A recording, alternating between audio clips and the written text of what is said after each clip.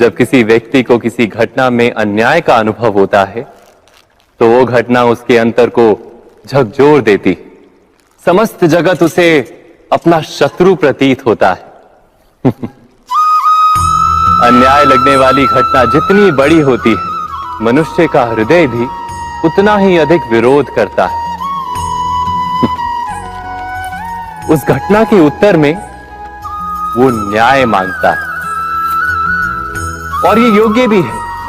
वास्तव में समाज में किसी भी प्रकार का अन्याय व्यक्ति की आस्था और विश्वास का नाश है।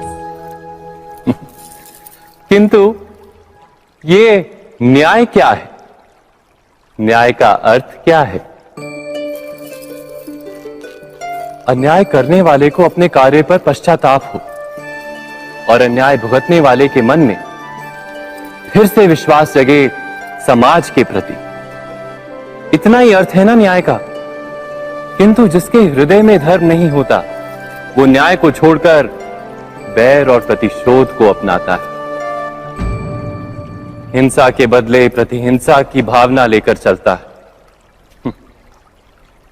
स्वयं भोगी हुई पीड़ा से कहीं अधिक पीड़ा देने का प्रयत्न करता है, और इस मार्ग पर चलते अन्याय को भुगतने वाला स्वयं अन्याय करने लगता है। शीघ्र ही वो अपराधी बन जाता है। अर्थात न्याय और प्रतिशोध के बीच बहुत कम अंतर होता है, और इसी अंतर का नाम है धर्म। क्या ये सत्य नहीं? स्वयं विचार कीजिए। दो व्यक्ति जब निकट आते हैं तो एक दूसरे के लिए सीमाएं और मर्यादाएं निर्मित करने का प्रयत्न अवश्य करते हैं। हम यदि सारे संबंधों पर विचार करें तो देखेंगे कि इन सारे संबंधों का आधार यही सीमाएं हैं जो हम दूसरों के लिए निर्मित करते हैं। और यदि अनजाने में भी कोई अन्य व्यक्ति इन सीमाओं को तोड़ता है तो उसी क्षण हमारा हृदय क्रोध से भर जाता है। इन सीमाओं का वास्तविक रूप क्या है? क्या हमने कभी विचार किया? सीमाओं के द्वारा हम दूसरे व्यक्ति को निर्णय करने की अनुमति नहीं देते, अपना निर्णय उस व्यक्ति पर थोपते, अर्थात किसी की स्वतंत्रता का अस्वीकार करते हैं। और जब स्वतंत्रता का अस्वीकार किया जाता है तो उसका हृदय दुख से भर जाता है, और जब वो सीमाओं को तोड़ता है तो हमारा हृदय क्रोध से भर जाता है। क्या ऐसा नहीं होता?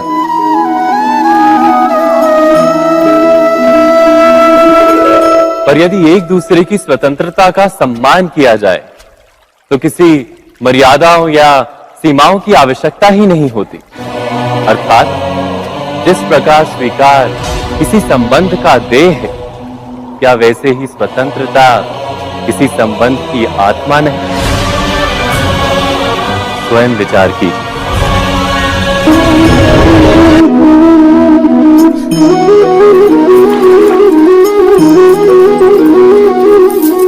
पिता सदा ही अपने संतान के सुख की कामना करते हैं, उनके भविष्य की चिंता करते रहते हैं। इसी कारणवश सदा ही अपने संतानों के भविष्य का मार्ग स्वयं निश्चित करने का प्रयत्न करते रहते हैं। जिस मार्ग पर पिता स्वयं चला है, जिस मार्ग के कंकर पत्थर को स्वयं देखा है, मार्ग की छाया, मार्ग की धूप को स्वयं जाना है, उसी मार्ग पर उसका पुत्र भी चले, यही इच्छा रहती है हर पिता की। निसंदेह उत्तम भावना है ये। किंतु 3 प्रश्नों के ऊपर विचार करना हम भूल ही जाते हैं। कौन से प्रश्न? प्रथम प्रश्न, क्या समय के साथ प्रत्येक मार्ग बदल नहीं जाते? क्या समय सदा ही नई चुनौतियों को लेकर नहीं आता? तो फिर बीते हुए समय के अनुभव नई पीढ़ी को किस प्रकार लाभ दे सकते हैं? दूसरा प्रश्न, क्या प्रत्येक संतान अपने माता पिता की छवि होता है? हाँ, संतानों को संस्कार तो अवश्य माता पिता देते हैं, किंतु भीतर की क्षमता भीतर की क्षमता तो ईश्वर देते हैं। तो जिस मार्ग पर पिता को सफलता मिली है, विश्वास है कि उसी मार्ग पर उसकी संतानों को भी सफलता और सुख प्राप्त होगा। तीसरा प्रश्न, क्या जीवन के संघर्ष और चुनौतियां लाभकारी नहीं होती? क्या प्रत्येक नया प्रश्न एक नए उत्तर का द्वार नहीं खोलता? तो फिर संतानों को नए नए प्रश्नों, संघर्षों और चुनौतियों से दूर रखना, ये उनके लिए लाभ करना कहलाएगा या हानि पहुंचाना? अर्थात जिस प्रकार संतान के भविष्य का निर्माण करने के बदले उसके चरित्र का निर्माण करना श्रेष्ठ है, वैसे संतानों के जीवन का मार्ग निश्चित करने के बदले उन्हें नए संघर्षों के साथ जूझने के लिए मनोबल व ज्ञान देना अधिक लाभदायक नहीं होगा? स्वयं विचार कीजिए। सबके जीवन में ऐसा प्रसंग अवश्य आता है कि सत्य कहने का निश्चय होता है हृदय में, किंतु मुख से सत्य निकल नहीं पाता। कोई भय मन को घेर लेता है।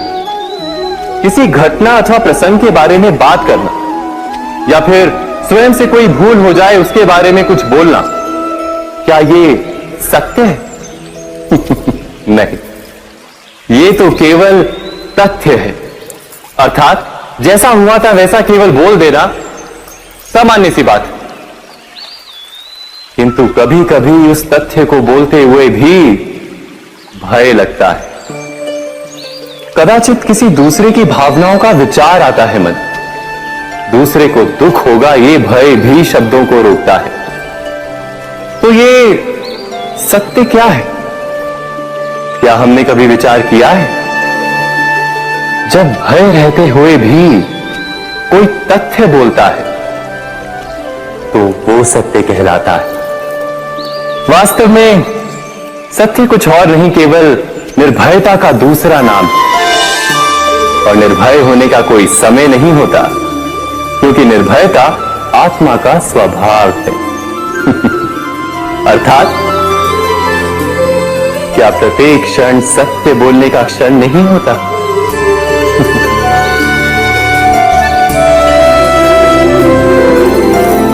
स्वयं विचार कीजिए। जब भी किसी की आशा और इच्छा भंग होती है तो उसका हृदय क्रोध से भर जाता है। जिस व्यक्ति को वो अपना अपराधी समझता है उसे दंड देने का प्रयत्न करता है। पर क्या हमारी इच्छा या आशा का भंग होना क्या सदा ही किसी का अपराध होता है? इच्छाओं के अपूर्ण रहने के तो कई कारण हो सकते हैं। कुछ तो संजोग के कारण अधूरी रह जाती हैं और कुछ नियति के कारण। और कभी कभी इच्छाओं का स्वरूप ही ऐसा होता है कि वो पूर्ण नहीं हो पाती। बिना परिस्थिति पर विचार किए किसी को अपराधी मान लेना न्याय नहीं, प्रतिशोध है। न्याय का आधार तो दया है, करुणा है, और प्रतिशोध का आधार क्रोध, अहंकार। अर्थात हृदय में करुणा धारण किए बिना किसी के अपराध के विषय में विचार करना, किसी को दंड देना, क्या अपने आप में ही अन्याय नहीं? स्वयं विचार कीजिए।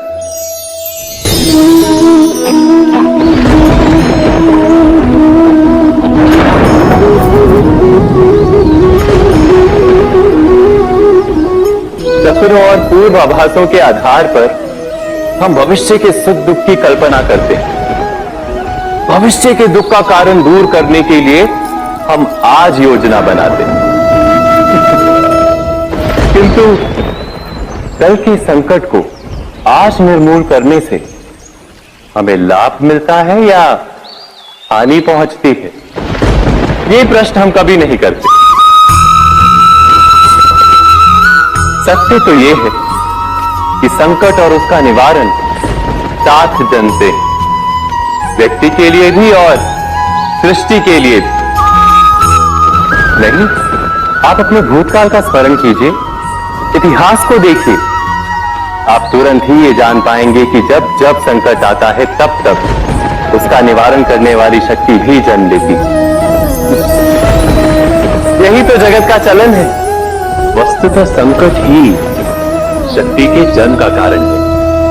प्रत्येक व्यक्ति जब संकट से निकलता है तो एक पद आगे बढ़ा होता है, अधिक चमकता है, आत्मविश्वास से अधिक भरा होता है, न केवल अपने लिए अपितु विश्व के लिए भी। क्या ये सत्य नहीं? वास्तव में संकट का जन्म है एक अवसर का जन्म, अपने आप को बदलने का, अपने विचारों को ऊंचाई पर करने का अवसर, अपनी आत्मा को बलवान और ज्ञान मंडित बनाने का अवसर। जो ये कर पाता है उसे कोई संकट नहीं होता, किंतु जो ये नहीं कर पाता वो तो स्वयं एक संकट है विश्व के लिए। विचार कीजिए।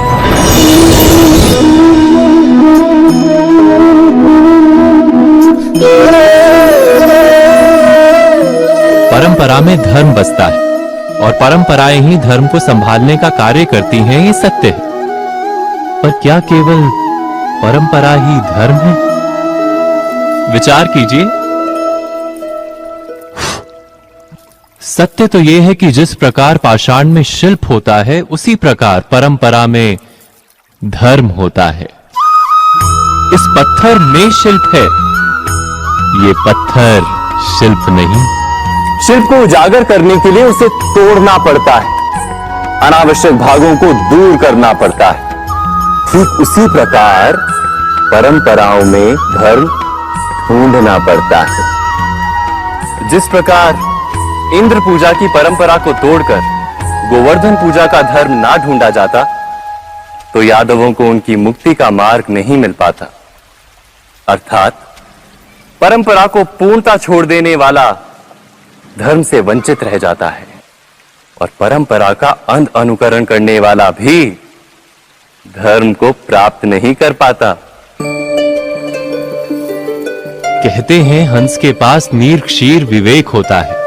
दूध में मिले पानी को छोड़कर केवल दूध ही ग्रहण करता है। तो क्या सच्चा धर्म प्राप्त करने के लिए हृदय में ज्ञान से जन्मा विवेक आवश्यक है?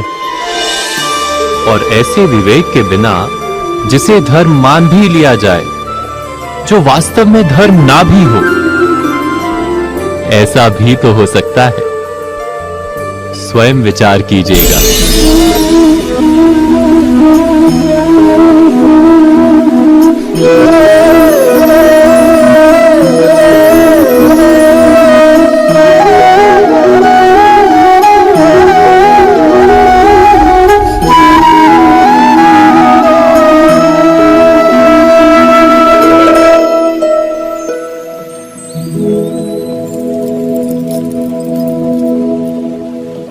भविष्य के आधार पर सब आज का निर्णय लेना चाहते हैं।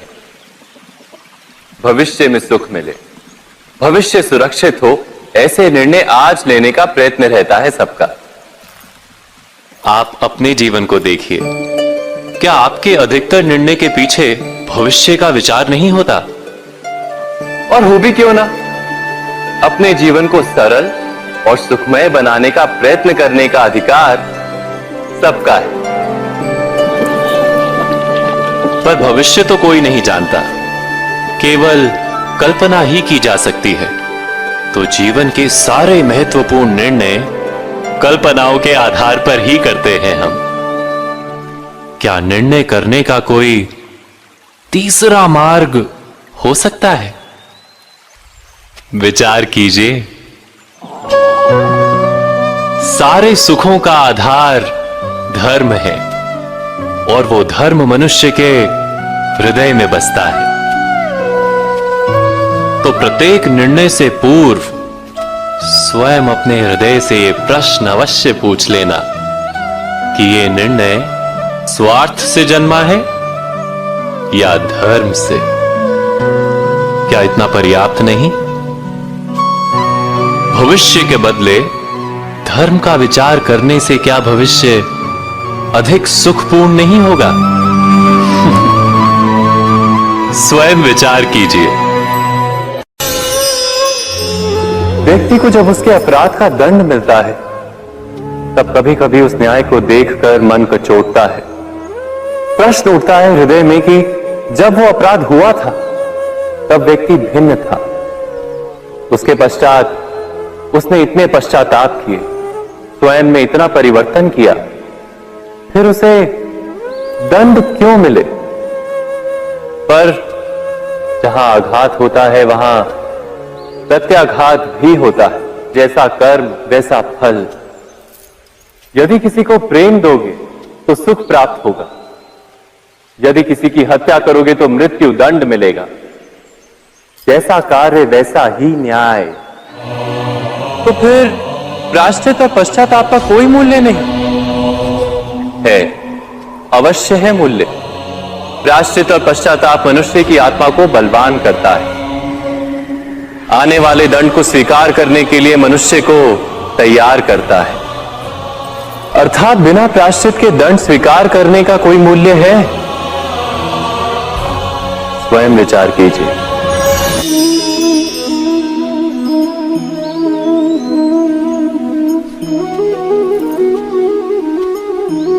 जब अपने किसी अच्छे कार्य के उत्तर में दुख प्राप्त होता है अथवा किसी को उसके दुष्ट कार्य में सुख मिलता है तो मन अवश्य ये विचार करता है कि अच्छा कार्य करने का, धर्म के मार्ग पर चलने का तात्पर्य क्या है।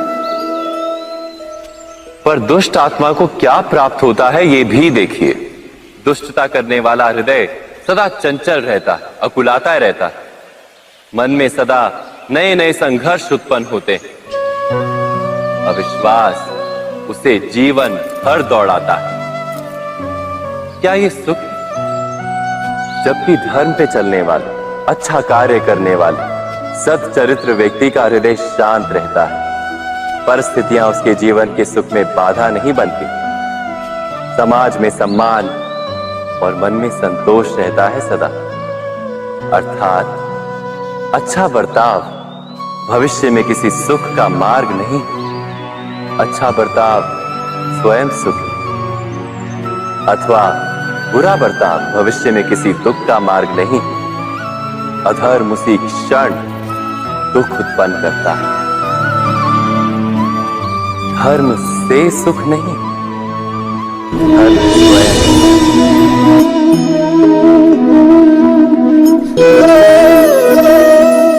सत्ता की लालसा सबके हृदय को घेरे रहती है।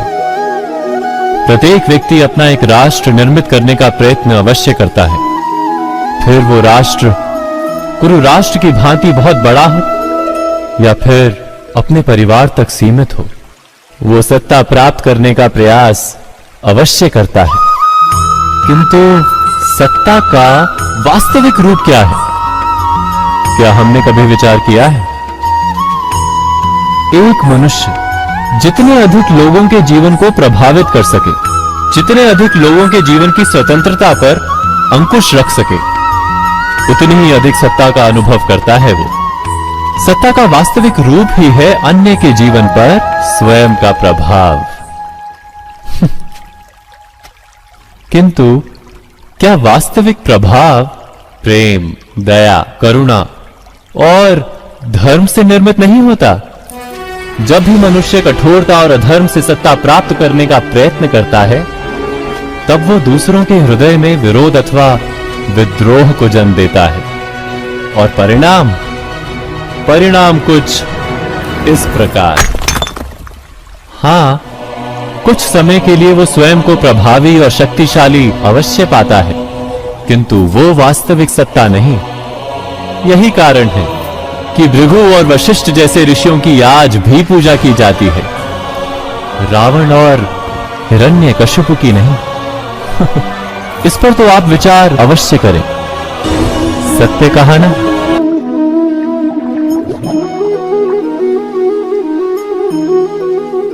इस संसार में आने वाला प्रत्येक बालक संपूर्णतः संस्कार रहित होता है। उसके अंतर पर ना किसी अच्छे संस्कार के चिन्ह अंकित होते हैं, ना ही बुरे संस्कार के। अर्थात जन्म से बालक में ना कोई गुण होता है और ना ही कोई दोष। तो ये दोष अथवा गुण किस प्रकार प्राप्त होते हैं? क्या हमने कभी विचार किया है? जो बात माता पिता के मुख से निरंतर सुनी जाती है, वही बात उनकी संतानों के हृदय का संस्कार बनती है। जैसे किसी गांव में नदी तट तक एक पगडंडी बन जाती है केवल उस मार्ग पर बार बार चलने के कारण। अर्थात माता पिता के हृदय की इच्छाएं उनकी संतानों के हृदय का दोष अथवा गुण बनकर जन्म लेती हैं। क्या ये सत्य नहीं? पर फिर भी जब उनकी संतानों में कोई दोष दिखाई देता है तो माता पिता आश्चर्य और दुख से भर जाते हैं।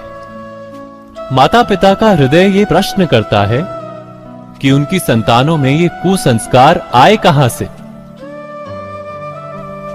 सत्य तो यही है कि माता पिता अपनी संतानों को अनजाने में ही कुसंस्कार के बीज दे देते हैं, जो उनके संतानों की हृदय भूमि पर कुसंस्कार का वृक्ष बनकर उगता है। अर्थात अपनी संतानों को सुसंस्कारी और धर्ममय बनाने की आशा रखने वाले प्रत्येक माता पिता को प्रथम अपने हृदय की इच्छाओं पर अंकुश रखना क्या अनिवार्य नहीं?